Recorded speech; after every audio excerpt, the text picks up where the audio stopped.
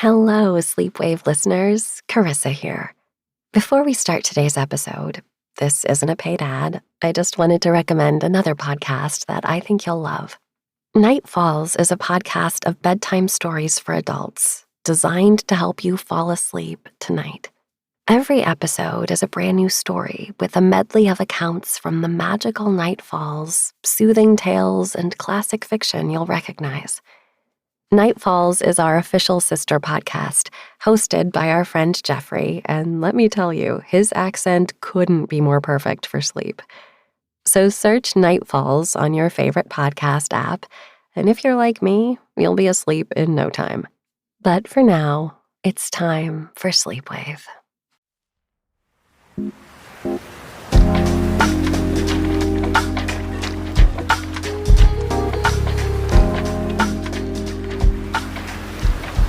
Hi, I'm Karissa Packer, and welcome back to Sleepwave, a podcast where we let waves of relaxation wash over you through original sleep meditations and hypnosis created to help you fall asleep tonight.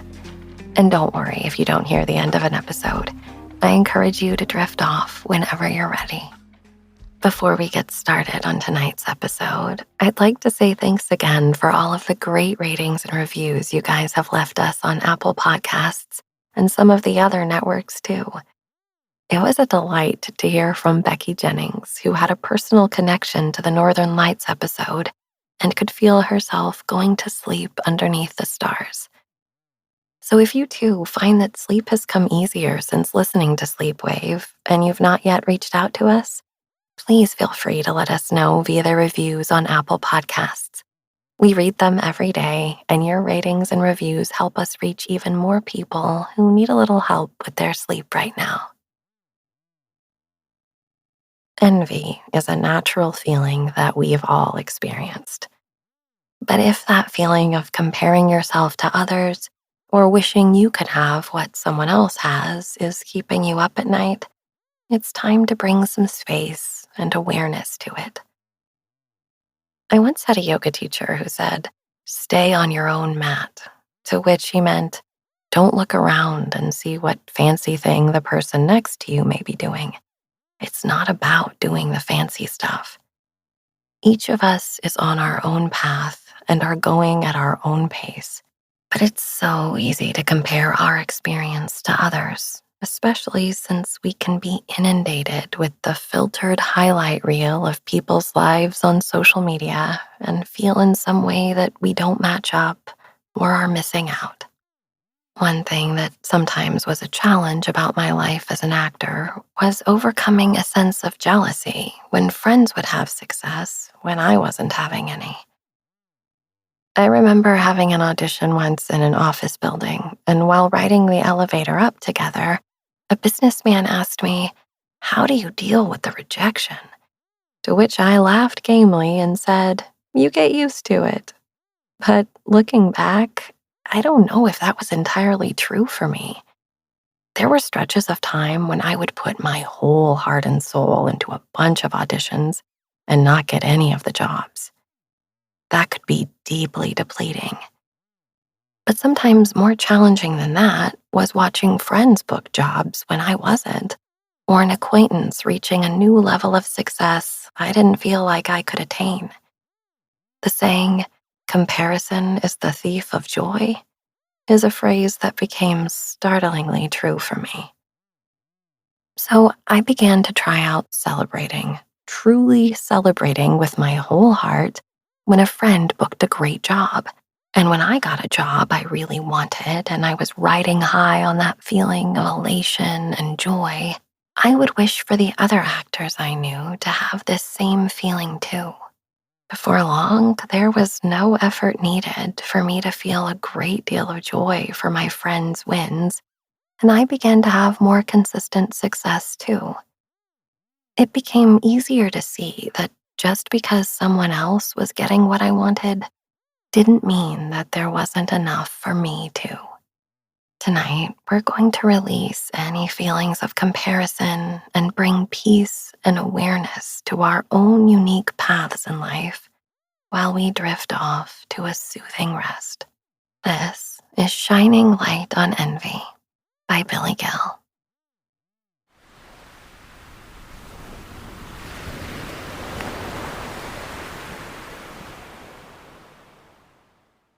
When you look at a really beautiful sunset, you are filled with awe and beauty, and yet the sunset retains its own beauty. The beauty you see in the sunset doesn't diminish your beauty. Yet when we see someone who is happy, beautiful, virtuous, there is sometimes a hidden resentment or envy. Whatever aspect of our nature is responsible for that tendency is sorely confused.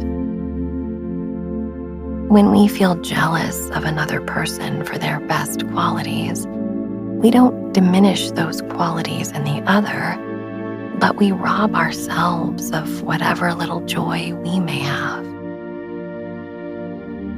When you consider the negative effect that envy plays in life, it's easy enough to intellectually grasp how destructive it is, how it really only diminishes the person feeling envious. An intellectual understanding of that principle is a good start, but until you begin to put a sense of joy and delight into practice when you encounter positive virtues in another person, you will be missing out on the truly transformative potential of practicing what the yogis call Mudita.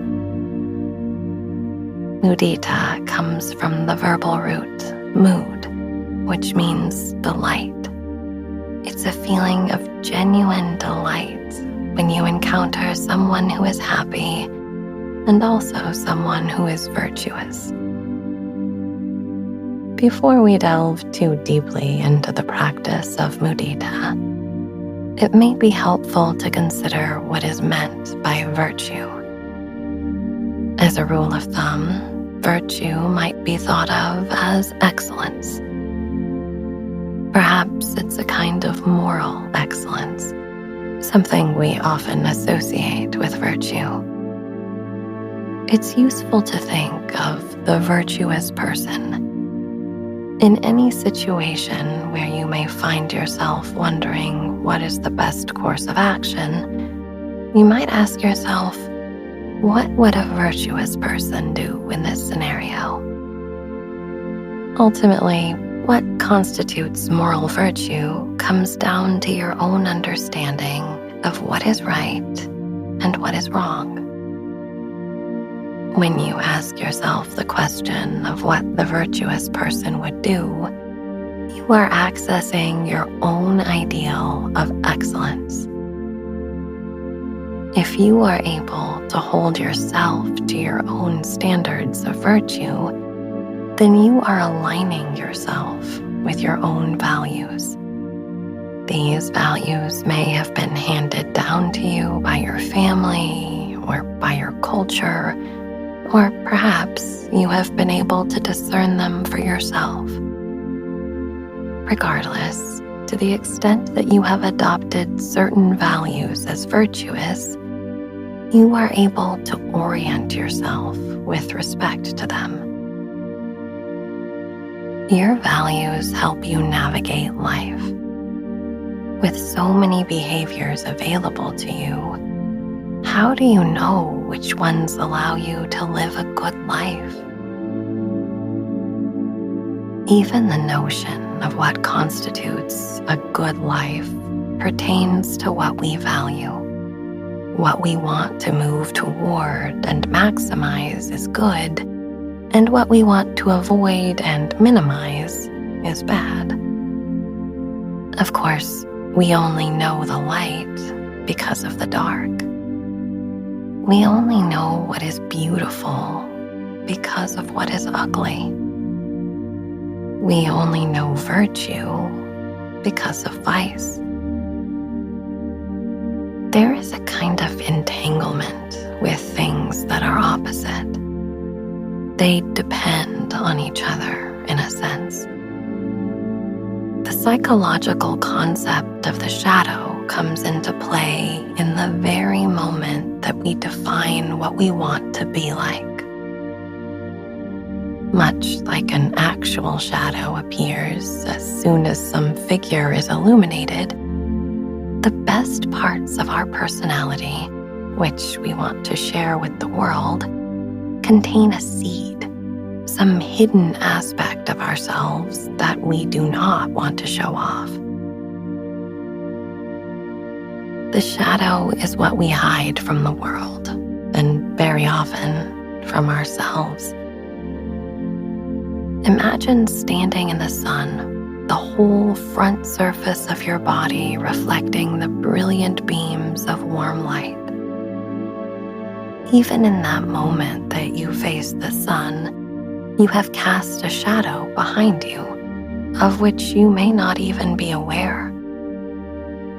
Maybe you take great pride in your generosity, and then you encounter someone who is able to give more of their resources than you. You may become jealous, but it is your own generosity that has given rise to that jealousy. If you didn't think of generosity as a virtue, you wouldn't be jealous at all. You might even think that the generous person is doing something foolish. That you value generosity is the reason you have become jealous. This is the shadow of what is an otherwise virtuous trait. Mindfulness practice, paying very close attention to the inner workings of your mind with a sense of detachment and observation, can reveal the psychic content of the shadow to your conscious awareness. Tonight's sleep meditation shines a light on the shadow, that light of pure, relaxed awareness, which tends to make shadows disappear.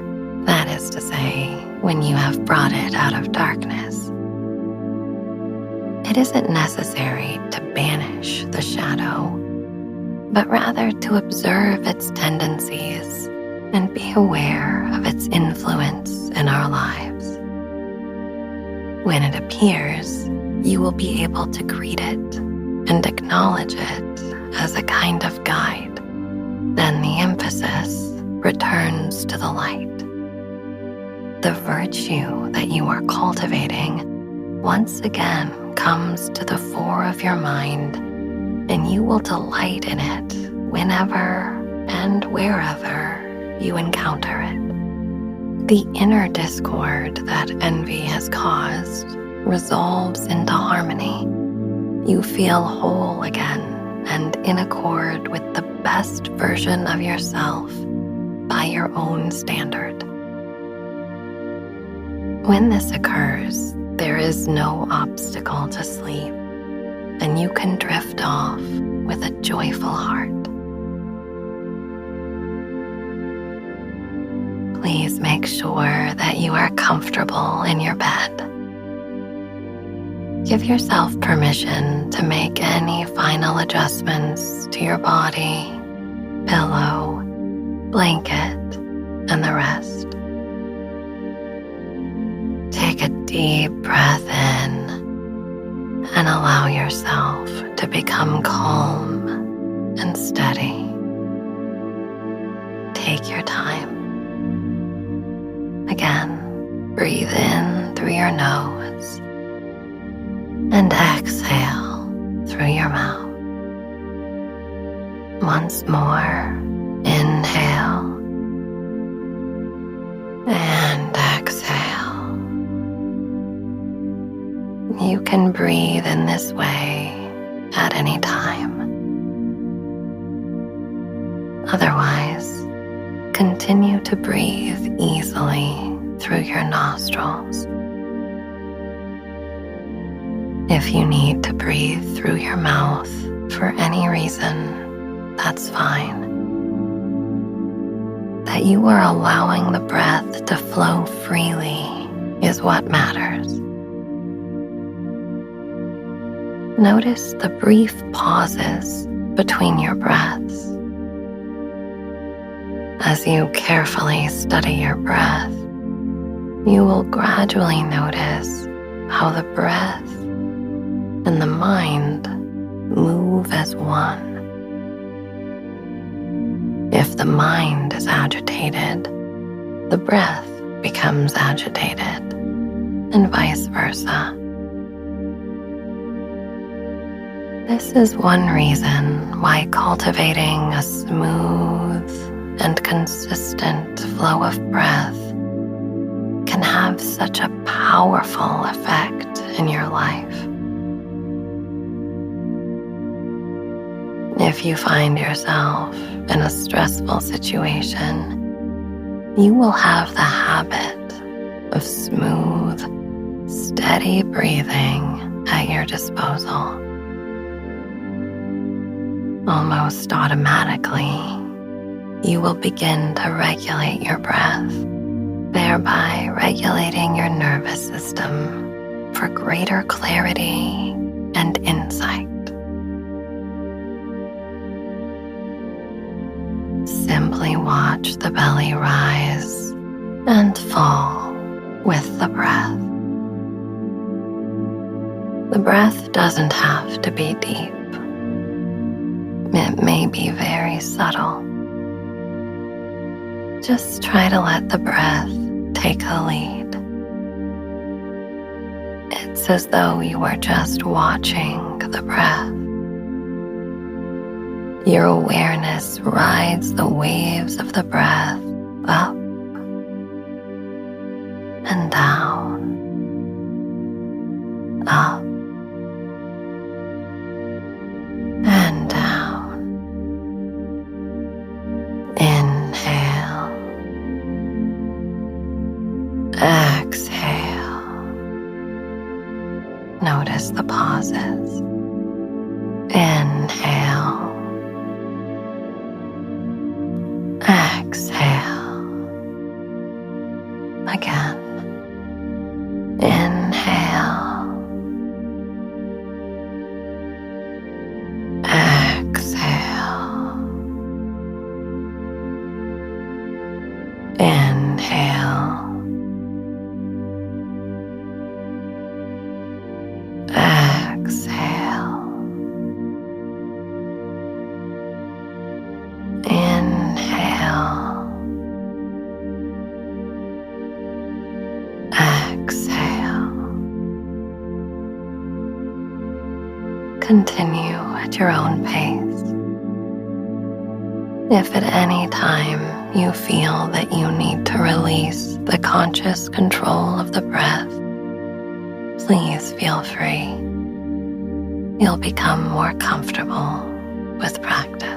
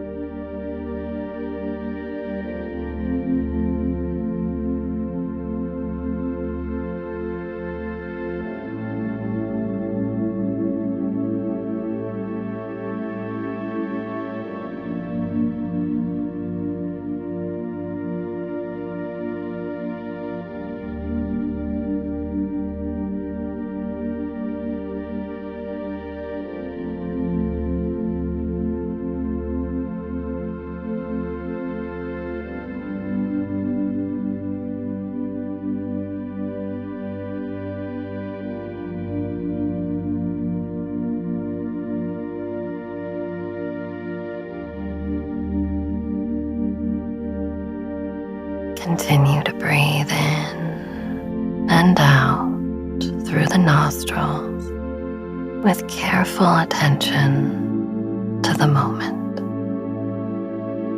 By paying keen attention to the sensation of the simple act of breathing, you are able to harness your attention and keep it from wandering off. By training your mind to do this by watching your breath, you can penetrate deeper into the more subtle layers of consciousness that are nestled within your being. Each layer partially hides and partially reveals the next. If you experience envy, rather than ignoring it or condemning it out of hand, concentrate on the feelings that accompany it. Keep breathing slowly and steadily. Sense your body.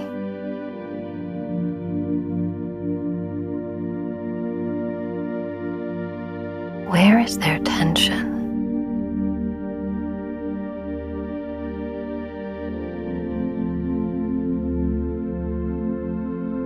When you identify where your body is tense, imagine the breath is flowing toward this region.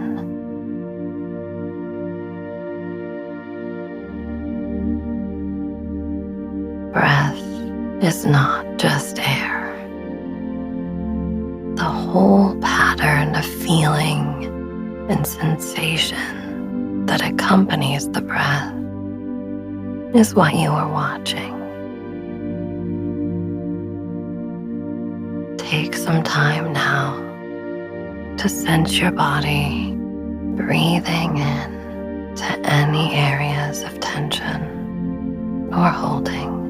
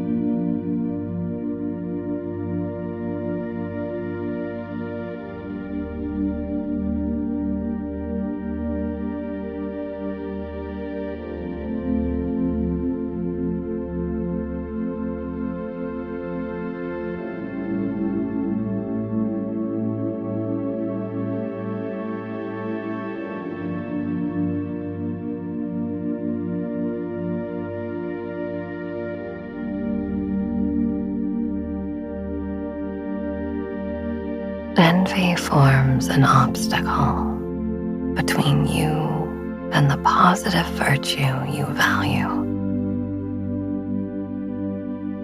When you see the virtue given form and shape in someone else, don't get stuck on the fact that you are not the other person. Rather, delight in the virtue itself. This is your ideal. This is what you value. By positively acknowledging that virtue and practicing mudita, elation, with the unique opportunity to align with your values, you are sharing in its beauty.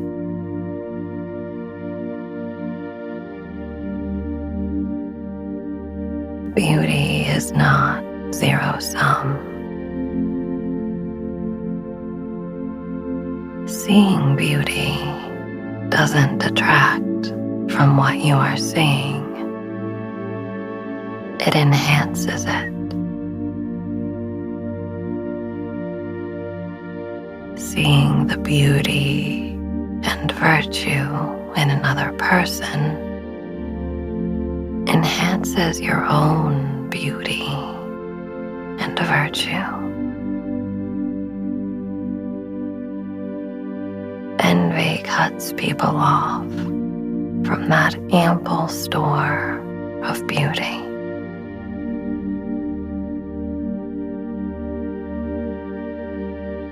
Shakespeare wrote the lines, "My bounty is as boundless as the sea, my love as deep. The more I give to thee, the more I have, for both are infinite." This is the attitude of love and the attitude of mudita. Seeing joy in another, you see more joy in yourself. Joy is infinite and never diminishes itself. The more joy, the more joy. This is mudita, the elation at seeing someone who is happy.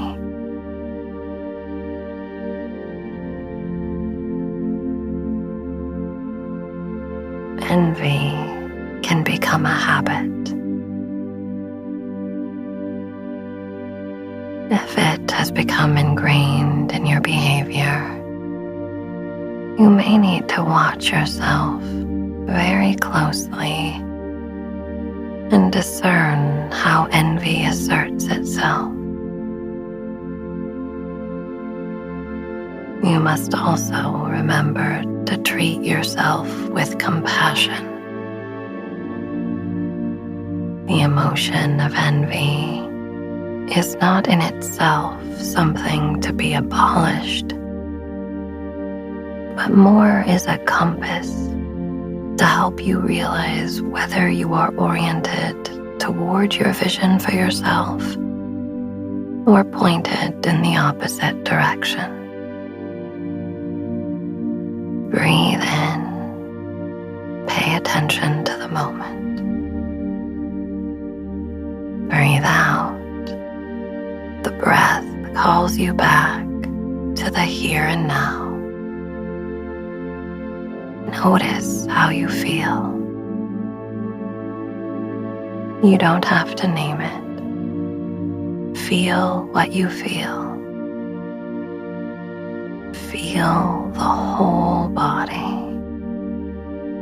The whole body. The whole body. The whole body.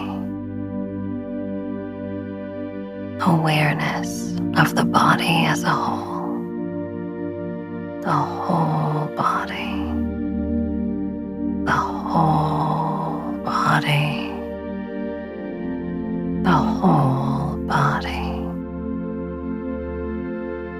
Feel yourself as being whole. Feel yourself as being complete.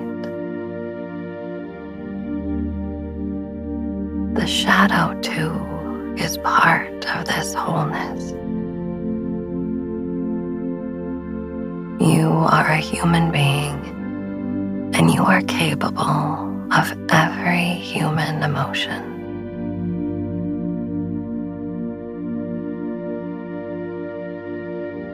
Become aware of your habits and tension without judgment.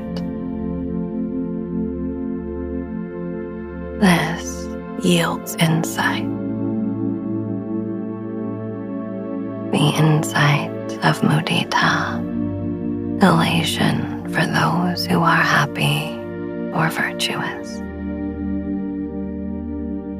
The part of you that feels this elation is the part of you that shares that virtue. The more you give, the more you have, for both are infinite. Boundless as the sea, boundless as the sea,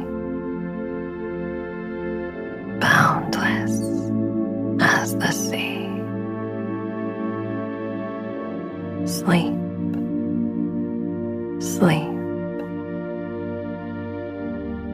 sleep.